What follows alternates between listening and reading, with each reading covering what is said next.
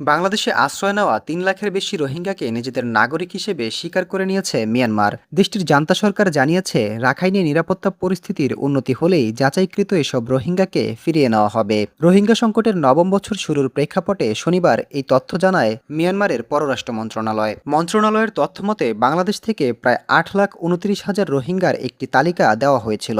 এরই মধ্যে জুলাই মাস পর্যন্ত ৪.৫ লাখের বেশি মানুষের পরিচয় যাচাই করেছে তারা। যাচাই বাছাই শেষে ৩,০৮,০০০-এর বেশি রোহিঙ্গাকে রাখাইনের নাগরিক হিসেবে চিহ্নিত করেছে মিয়ানমার সরকার। তবে তালিকায় থাকা ১,১৩,০০০-এরও বেশি মানুষকে এখনও যাচাই করতে পারেনি তারা। উল্টো ৪,২৪১ জন রোহিঙ্গার বিরুদ্ধে সন্ত্রাসী কর্মকাণ্ডে জড়িত থাকার অভিযোগ তুলেছে দেশটি। ২০১৭ সালের আগস্টে রাখাইনে চরম সেনা অভিযানের মুখে ৭ লাখের বেশি রোহিঙ্গা বাংলাদেশে পালিয়ে আসে। আন্তর্জাতিক মহল একে জাতিগত নিধন বললেও মিয়ানমার কখনোই রোহিঙ্গাদের নিজস্ব জাতিগোষ্ঠী হিসেবে স্বীকৃতি দেয়নি। সবসময় তাদের দাবি ছিল এরা বাংলাদেশ থেকে যাওয়া অবৈধ অভিবাসী। ২০১৮ সালে প্রত্যাবাসনের চুক্তি হলেও তা আজও আলোর মুখ দেখেনি। এর ওপর ২০২১ সালে সামরিক অভ্যুত্থান এবং সংঘাত পরিস্থিতিকে আরও জটিল করেছে।